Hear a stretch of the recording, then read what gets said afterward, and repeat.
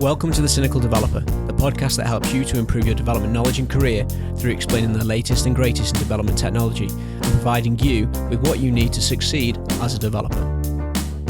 We've recently launched our Patreon page, which can be found at cynicaldeveloper.com/Patreon. If you aren't familiar with Patreon, it's an easy way for those who are interested in this show to help out by simply pledging a small amount each month in sponsorship. Now that could be as little as $5 a month, which is about £3.80, or as much as you like. You will enable us to dedicate more time creating more content to help you, including videos, more blog posts, and even more shows. So if you can, head over to cynicaldeveloper.com/Patreon and get involved. In this episode, we're talking with Will Clark about blockchain technology. Will has been working as a full stack lead for Lisk since July 2017 and works on the CLI tool Lisk. Previously, Will was a JavaScript developer at Pixie. Will is a graduate at the University of Oxford with a BA in philosophy and psychology and also has a master in philosophy. So welcome to the Cynical Developer. Thanks for having me. Yeah, not a problem. It's nice to get somebody on to talk about this sort of stuff because I've had people explain it to me in the past and I just sort of go, yes, yeah, I have no idea what you're talking about. So hopefully today we'll get to the bottom of it, and I'll have a better understanding, and hopefully the people out there listening will have a better understanding as well. Okay, pressure's on. Yeah, definitely. And just from your intro, the combination of your education is a bit different from what we normally see from developers. How did you get into development from philosophy and psychology? Well, it was something I was interested in for quite a while. In between my undergrad and the masters, I took a year out, and one of the things I did during that time was learn some basic PHP and a bit of JavaScript and how to build a website essentially. Sure. Then it was an interest I built, kind of kept on going with as a hobby for a while, and then just took it more seriously. Got really into test-driven development and JavaScript with a universal JavaScript revolution, and just decided to go full-time with that. Sure. There is actually a lot of overlap between programming and philosophy because of the logic connection. So it wasn't as abrupt a shift as you might think. Right.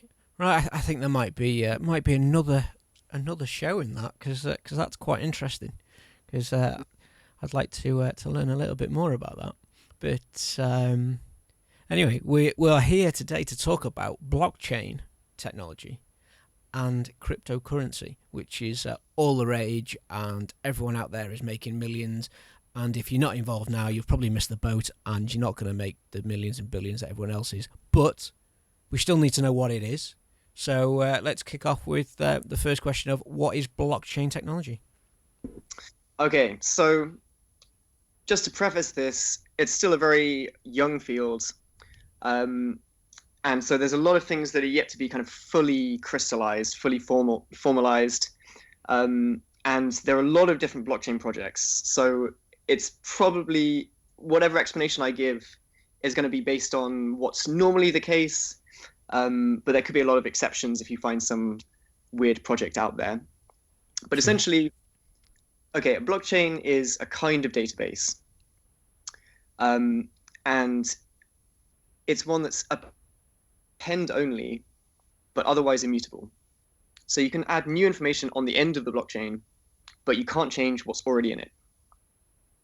And the way new information is put in is in the form of blocks. So that's why it's called a blockchain, because you just add a new block on every so often, and that's how new data gets in. And there might be a limit on size per block. There might be some kind of restriction on the frequency with which a new block can be added on. There'll definitely be a restriction on who's allowed to add a new block on, and under what conditions. But basically, that's what we've got. We've got a series of blocks which contain the data that should go in this database. So instead of recording some state which is changed, we just record a history of transactions. This is what goes in the blocks. And then we can work out what the state should be by looping through the history of the blocks. and deriving the state from that. Sure.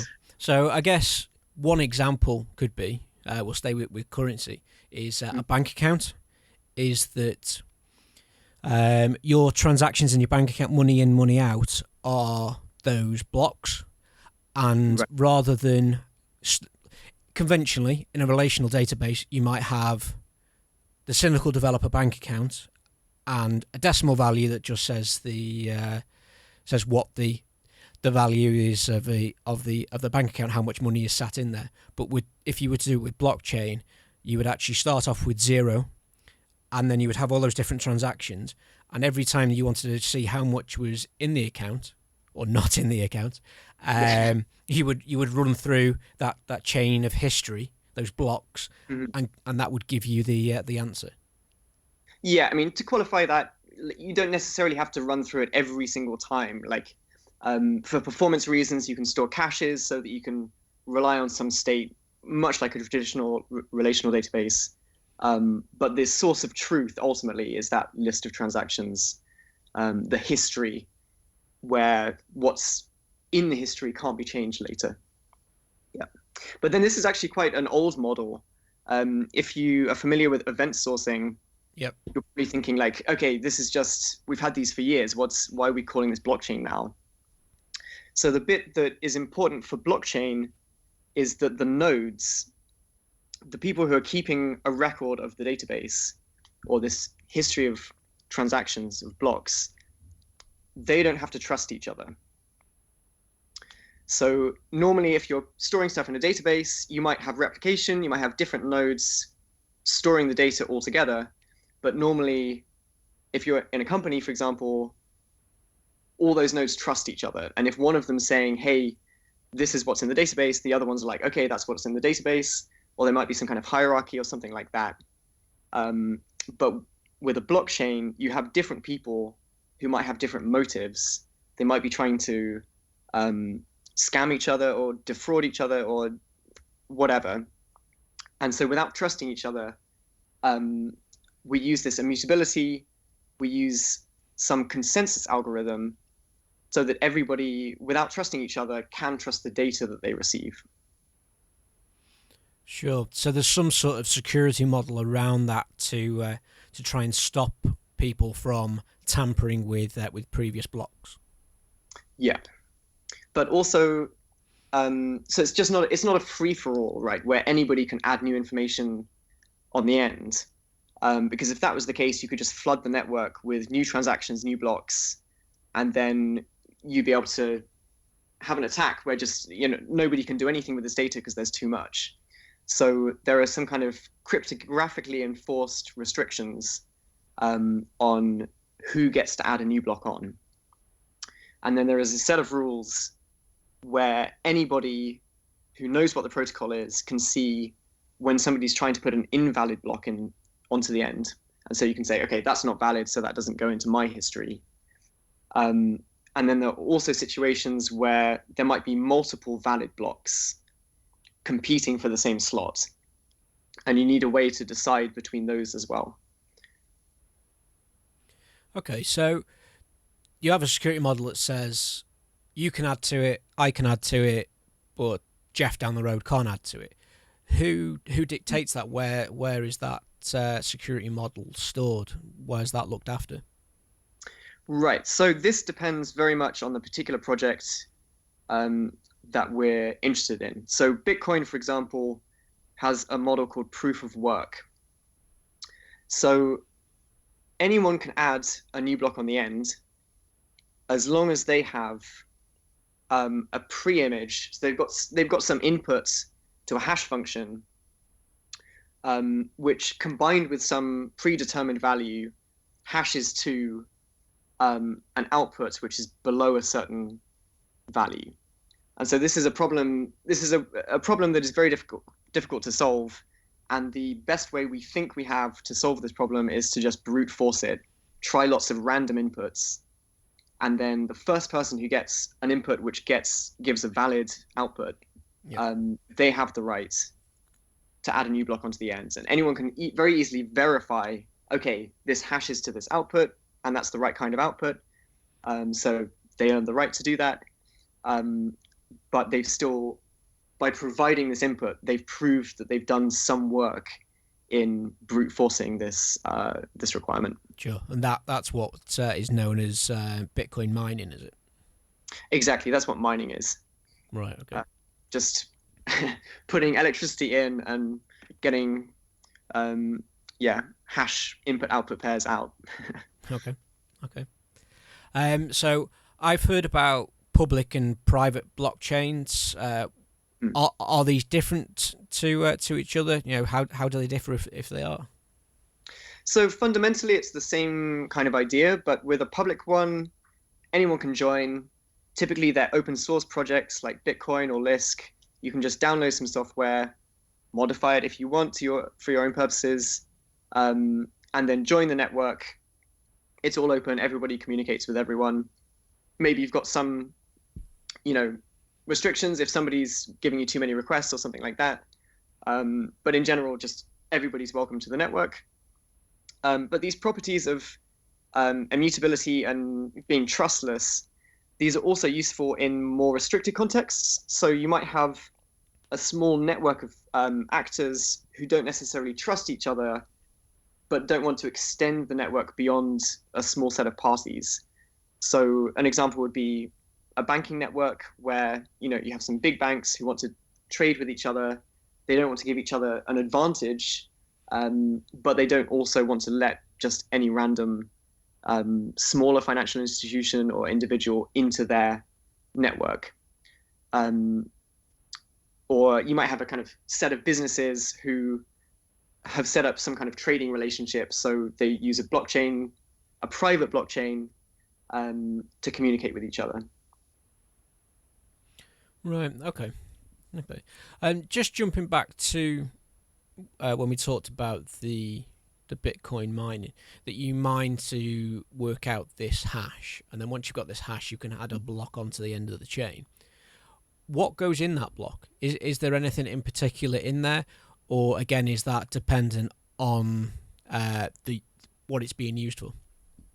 Yeah, so it's dependent on the project, but typically you will have an array of transactions. And yeah, in the normal case, there's a limit on how much data can be put in. So that the number of transactions will be limited according to how many can be put in and how much data is in each transaction. And then there'll be, in the case of proof of work, there'll be the hash that was valid. So everyone can verify, oh yeah, that's right. And then, there might be a reference to the previous block to make sure that things are being put in the right order. And that's where the chain part comes in, that you have the order is very important. It's not just a set of blocks randomly put in place. It's very specifically, this block is only valid at this particular point in time. Right. Okay. So we've also sort of touched on the fact that blockchain is used for cryptocurrency. But for those out there that don't know what cryptocurrency is, what is it? Okay, so again, this is kind of, we're still in the early days of this kind of thing, so I'm not sure if we have rigid definitions here, but in most cases, we use cryptocurrency to mean a currency-like resource whose scarcity is ultimately grounded in cryptographic techniques. So in order to have value, a lot of things, maybe even all things, need to have some kind of scarcity. So why is gold valuable? Because there's only a certain amount we can dig out of the ground. And if everybody could just turn anything they wanted into gold, it wouldn't be as valuable. Likewise, fiat money, there's a restriction in that governments decide, or central banks or whoever decides to print some more money. And once they've decided to stop printing, then there's no more, except for forgeries and things like that. So with a digital currency, obviously in the digital space, it's basically costless to duplicate things. So, if you have a PDF document, you can just copy it for free and keep copying it, and then you've got as many of this document as you want. So with cryptocurrencies, we introduce this arbitrary restriction on who can create more of the stuff, and that's ultimately grounded in the case of basically every cryptocurrency in some kind of cryptographic technique. With proof of work, we've got hashing, but there are other techniques that are used in different projects. Sure. So it derives its value from the fact that there's a finite number of these hashes available that can be used for something, depending on the cryptocurrency and what that project is about. Yeah, so with Bitcoin, like the protocol adjusts the difficulty of finding these hashes depending on how quickly they've been found in the past. So on average, a new block is mined every 10 minutes. And if it's going quicker than that, then it gets harder to find more of these hashes. If it's slower than that, then it becomes easier. But we basically know. So in the case of Bitcoin, every new block comes with a reward for whoever mines it. So they get an additional certain number of Bitcoins. And we know, okay, every 10 minutes on average, this many Bitcoins are going to be introduced into the ecosystem. And then every couple of years, it gets reduced and reduced. And by 2100 or something like that, all of the Bitcoins that will ever exist will have been mined. So you can very reliably predict when these things are going to exist, how many there will be. And yeah, therefore there is a scarcity there. There's a kind of upper limit to how many are floating about. Right. So when you're mining Bitcoins, you're not technically mining the coins. You're mining for a hash, and then you get paid for the hash with Bitcoins. So yeah, I guess mining is used maybe with two senses. One is like performing all these hash functions as quickly as possible. And the other one is actually, once you've found a valid hash, using that to create a new block and claim the block reward. Right, okay. So we can kind of, we talk about Bitcoin miners and then mining on their server farms in China or wherever. Yeah. But then the actual kind of, originally the sense of mining was, okay, you mine a block. So that's where you need a valid hash and you tell everyone, hey, I found a valid hash. Here are the transactions I want to put in a block. I'm claiming that reward. Okay. So you could mine a hash and then you have to come up with an algorithm for using that hash with the blockchain. Yeah, I'm a bit confused by that actually. Okay. So yeah. Sorry, we can move on. It's fine. That's fine. Yeah. No, it's tricky with this terminology because it does get thrown about quite loosely by a lot of people who are writing articles about blockchain. And then it takes on new meanings every so often, and so you have to kind of keep up with that. And I think saying mining a hash feels a bit strange to me. I've not really heard people put it that way. But mining is the process either of like trying out lots of different inputs with some hash function, or of actually just creating a block once you've found a valid hash. Right. Okay. Make sense? Okay. Yeah. And as you say, it gets confusing because there are so many so-called experts in this very new field who all have their own take on it. And I've spoken to several different people about it, and everybody seems to have their own take on it. And like you already pointed out, depending on the project, so Lisk or Bitcoin or one of the many others that are out there, it depends what it depend on that depends what it means, depends what they take it as. So it is very confusing. Yeah. So if there's a finite number of these coins in the different currencies, is there always going to be a future for these cryptocurrencies, or are they going to get to a certain point where they're like, well, that's done and dusted, and there are no more Bitcoins to mine, so we can't do anything else with it. It's dead. Let's move on to the next one. Um, well, okay, so firstly, there's still an incentive to mine because even once the block rewards, I mean, again, depending on the system, like some don't even have block rewards to start off with. Right. Bitcoin and Lisk both do currently, but they're reducing and will ultimately stop. But even once the block rewards end, there's still an incentive to keep trying to create these blocks because you get the fees for the transactions that people send. So this is actually the kind of the long-term way for people to make money securing the network. Right. Yeah. So all in all, it's a bit like a distributed system processing all these transactions on all these separate machines. Then, Yeah, exactly. yeah, so it's a bit like SETI. I used to do that many years ago. I had a small computer set up to process small bits of Mm-hmm. data that was sent in to me from the SETI program, and I believe it's still going, but I don't do it any longer. Similar sort of distributed processing. Mm. I mean, yeah, so there are like a few projects now which are trying to use blockchain to work on like distributed computing. A lot of different applications for that, especially in um, like AI and big data stuff like this. Sure. So sort of building on that, we've said that it's used for cryptocurrency, and that seems to be the big boy that's shouting and screaming and that. But it is used by other industries. So what industries do use them? I know we touched on banking and that. As a bit more information around blockchain and what people are using it for. Yeah, so again, it's early days, so like every blockchain, or maybe not every, but in the normal case, with your blockchain, you have a currency um, to facilitate transactions, right?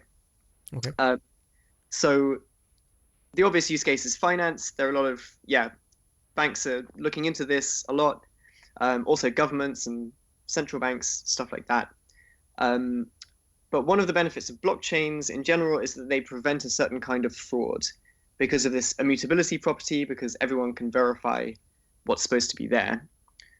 So because of that, there's a lot of use cases in supply chains. So once you've said, hey, I have these products, and I put that information on the blockchain, then later on, people can see, hey, what happened to those products? And they can see later on, oh, here they are in the history again. Or if somebody starts saying, oh, no, I never had those products, then you can just point to something on the blockchain. There are thousands of copies of it worldwide. And you say, but you said you did back then. What happened to them since then? Um, so yeah, a lot of potential in supply chains. I think also in healthcare for similar reasons. People are looking at blockchains a lot. And then in the data economy, kind of, yeah, trading, sharing, selling data in big data contexts. I heard about a project where various driverless car companies used to have, or still do have, huge silos of data, which is incredibly valuable for them in training their driverless cars, in learning about edge cases, stuff like this. But there was this, yeah, blockchain set up where information of various sorts could be traded with other driverless car companies, and they could make that whole exchange more efficient and be rewarded for sharing the data. And having this decentralized network meant nobody had to trust anyone else more than they wanted to. Right. Okay. Okay. But then, yeah, again, it's early days, so we're still kind of um, unclear what all the use cases are right now. I mean, there's an ICO every day where people come up with a new use case, and I think it's still everything to play for in finding out exactly which industries will be changed the most by this technology. Yeah. Yeah. So it's a way to securely store data, and I guess you use it to verify your data as well. So if you do have a large silo of historical data, it's possible to go through and alter that, maybe with detrimental effects. maybe to the economies and stuff like that.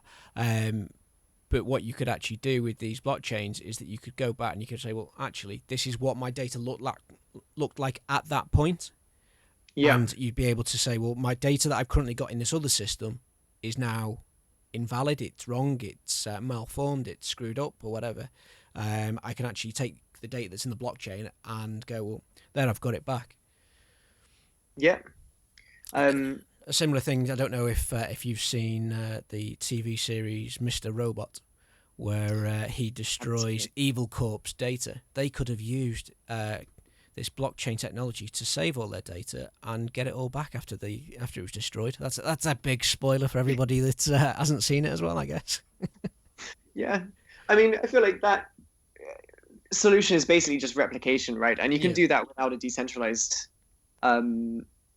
network, or at least one that's, you know, not as fully decentralized as a blockchain. You don't need a trustless system to have replication. Sure. But for sure, like, there are thousands. If you have the resources to put all the information you want onto a blockchain, then there are thousands of people who will store it for you. And yeah, that could be useful in a whole bunch of cases. Yeah. Sure. If you've got all these people that are storing that data for you, if for whatever reason those people disappeared, their systems disappeared, does that mean that your data's lost? Well, obviously, if one individual disappears, then the rest of the network is intact, and you can get your data from there. One thing that, there are some experiments right now with sharding. So Ethereum, for example, is experimenting with this idea, because right now it's an incredibly inefficient database. Basically, like, it is a form of replication, this blockchain setup, and so we have thousands of blockchain nodes, and all of them have exactly the same data. Yeah. It's just like, that's an incredibly expensive way to store some data. So there's an open question of, like, to what extent can we make the storage more efficient? Obviously, the less you replicate data, the more likely it is that some could be lost. There are also, like, security questions that come up with this, but you know, if you're putting information onto, say, an established network like the Bitcoin blockchain, I think you can be pretty confident that it will still be there when you need it. Like, the whole network would have to go down for you to lose that data. Right. Okay. So we mentioned in your intro that you work for a company called Lisk, and you work on a product called Lisky. Could you just elaborate on that a little bit more for listeners? What Lisk is, what Lisky is, what their cryptocurrency is, and that sort of stuff? Sure. So one of the big problems, I would say, with this whole space at the moment is usability. And so a lot of developers are hearing, okay, blockchains are coming along, and we should all be building decentralized applications and using blockchains to store data or perform other functions. But hold on, how do I actually start doing that? So the purpose of Lisk is to make it easier for people to build a blockchain-based application. So we've got a main chain running, we're making it more stable, we're adding or kind of working through the issues that come with creating a blockchain and building enhancements and things like that. And then at some point, we're going to have sidechains in place so that you can have a related blockchain. So you can transfer resources between the main chain and the side chain.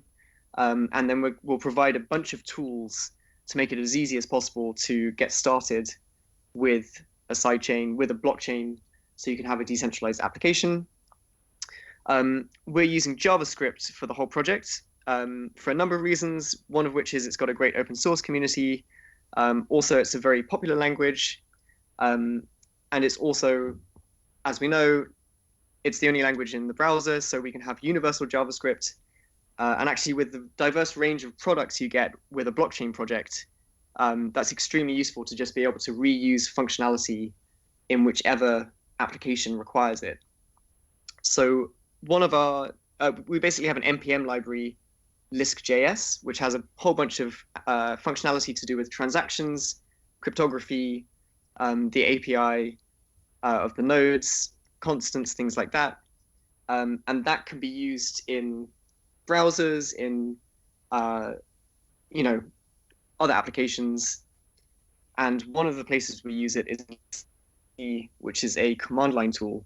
And we basically wrap those generic functions to do with Lisk and provide a nice command line interface so that people can interact with our blockchain, perform cryptographic functions, etc., from the command line with a text-based input. Okay, cool. And you've got a currency with that as well called LSK. Is that right? That's right. Yeah. Cool. Yeah. So the currency is what facilitates the transactions on a blockchain. Yep. Yeah. All right. Good stuff. So if I wanted to learn a little bit more about blockchain and cryptocurrencies, maybe get involved with Lisk, is there somewhere that I can go to do that? Do you have any sites that you'd recommend that that listeners could go and have a look at and have a read through and get involved with it? Yeah. So if you're coming to blockchain completely new, one canonical resource is a book called Mastering Bitcoin by Andreas Antonopoulos. There are 2 print editions from O'Reilly, but you can also read the whole book for free on GitHub. The first 2 chapters of that book are for a general audience, so I would recommend that for anyone, a developer, or just anyone interested in blockchain and Bitcoin. And then the rest of the book goes really in depth in specifically Bitcoin, although it's obviously relevant to other cryptocurrencies as well. If you're interested in getting into Lisk specifically, I would say head over to our GitHub. It's Lisk HQ, and you can see all our repos there. But we're also coming out with a Lisk Academy pretty soon, which will have a bunch of resources for different types of users to get used to the idea of blockchain, find out more about it, and ultimately start building stuff with it. Cool. That's sounds interesting. Sounds like you've got a lot coming on with the Lisk Foundation and stuff. So busy times for you guys ahead. The busy time, yeah. Yeah. Lot to do. Yeah, definitely. So I'm all out of questions. And for all the references, all the books and that Will mentioned there, I will stick those in the show notes. So just head over to the website once you finish listening, and you can get them from there. Don't worry about scribbling those down as you're driving along, because we don't want any accidents or anything out there. Don't want that. No. So I'd just like to take this chance to thank Will again for coming on and talking to us about blockchain and cryptocurrency. I'm definitely a lot clearer on what it is than I was before we started this conversation. So it's definitely been worth having a chat. Thank you very much for having me. Not a problem at all. And thank you for everyone listening out there. You've been listening to The Cynical Developer. I'm James Stoddart, and you've been listening to Will Clark talking about blockchain technology. If you have any questions about this or any other episode, then drop us an email, a tweet, or leave a comment on the website where you can find all the resource links, show notes for each episode. And if you enjoy this episode, please leave a review on your favourite podcast platform, iTunes, Stitcher, whatever it is, and help The Cynical Developer to reach more developers around the globe.